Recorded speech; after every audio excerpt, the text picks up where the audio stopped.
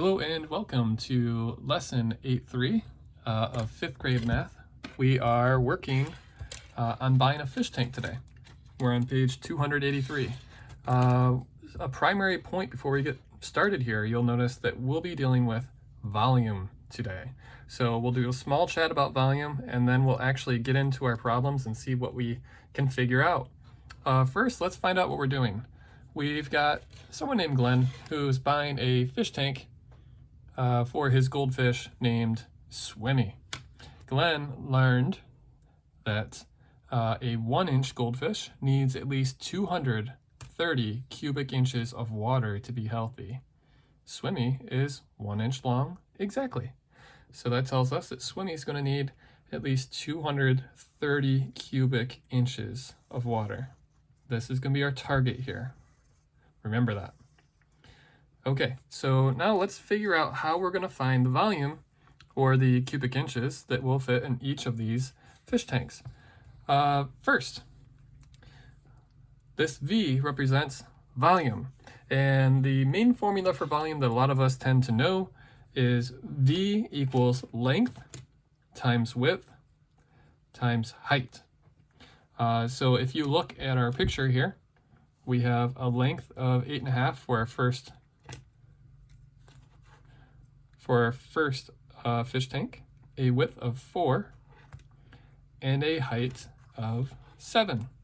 So in this case, to find the volume, we would do length 8.5, width times 4, height times 7. Another way that I think you'll probably hear more of in middle school and high school is volume equals base times height. And the base in this case is just another name for area. So the area of this particular model would be 4 times 8.5. And then once you found the answer there, you could just multiply your base times the height. Now today, I'm going to focus on this one, length times width times height. So for number 1, let's see if I might have to use a couple different covers here. Sorry, I have some things written out. My cat is off screen, by the way. And I had to redo this video due to a cat-related situation. So some of the things are already written out, which works in your favor. So you'll notice for our number model for number 1 is already written out. We did 8.5 times 4 times 7. And you'll notice what I did, my strategy was to multiply the whole numbers first, 4 times 7, because the order of a multiplication problem is not usually going to make a difference. So we can multiply whatever we want to first. I did 4 times 7, which equals 28. And after that, all we're left to do is to multiply 28 times 8.5. And what does that give us? 238 inches squared. Now remember, our target is 230. So would this fish tank be good enough for swimming? And I think you can tell at this point that, yeah, absolutely. There's even 8 cubic inches squared left over. So this one works for us if we want. The real question is going to be, is this other fish tank also going to work for us? Or is this going to be not quite big enough? So let's follow the same strategy. And that's going to be a length times width times height situation. And if you like, you can use a calculator. But again, I think I'll have to talk to you about how we can represent this in a calculator. But you can at least do 12 times 4, and some of you might know your 12s, in which case I know 12 times 2 is 28. Whoa, 12 times 2 is 24. And if you double 24, you get 48. So I know 12 times 4 is 48. And now all you're left to do is to take your 48 and multiply it by 5.5. And if you're using a calculator, you can show that by just typing in 5.5. That's the same as a half. 0.5 is the same as half. And once you do 48 times 5.5, you will get your solution for the volume of our second fish tank.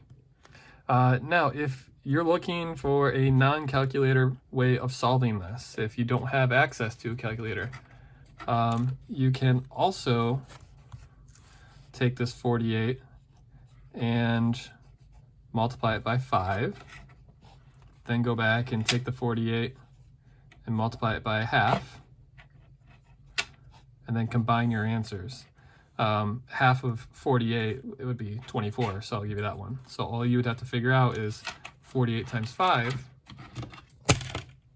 and she got the bigger Roadrunner. Cool. Stop, please. And then you'll get your solution.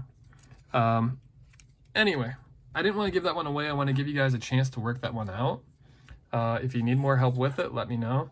But once you find that solution, you need to move on to your next question here, which is asking, which fish tank should Glenn buy for swimming?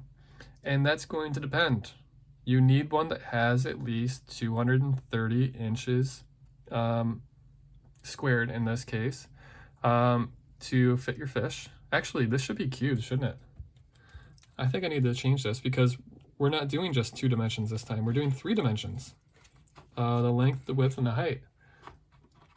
So if the second fish tank also is 230 inches cubed or more, then you'll have to make a choice between these two.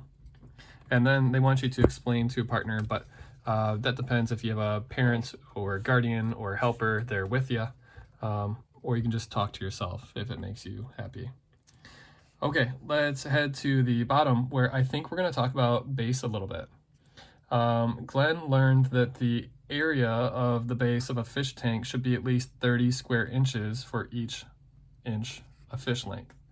So swimmy is 1 inch, which means the base needs to be at least 30 square inches. I don't know if this is accurate for real fish tanks, a lot of conditions, although it would make sense. So what they want you to do here is to find the area of the base for fish tank 1. And we talked about the base, didn't we? We said the base is kind of just very similar to area. You find the base by finding the area. So in this case, for fish tank number 1, you guys are going to have to figure out what 4 times 8.5 is. And if you have a calculator, again, you can take a shortcut. You can enter into your calculator 4 times 8.5. That works for this fraction. That does not always work for the other fractions out there. For instance, 1/3 is like 0.333333333333. This one just happens to be super easy to do on a calculator. So the question is going to be, once you do 4 times 8.5, is that at least 30 square inches? And you'll have to do the same thing for part 2, which will be 4 inches times 5.5, or 5.5, because in order to find your base, you use the same method you find the area in this case. Okay, and then at the end, it's going to be up to you, based upon these conditions, the 230 cubic inches shown up top, and based upon the 30 square inches of fish length, or 30 square inches for surface area on the bottom.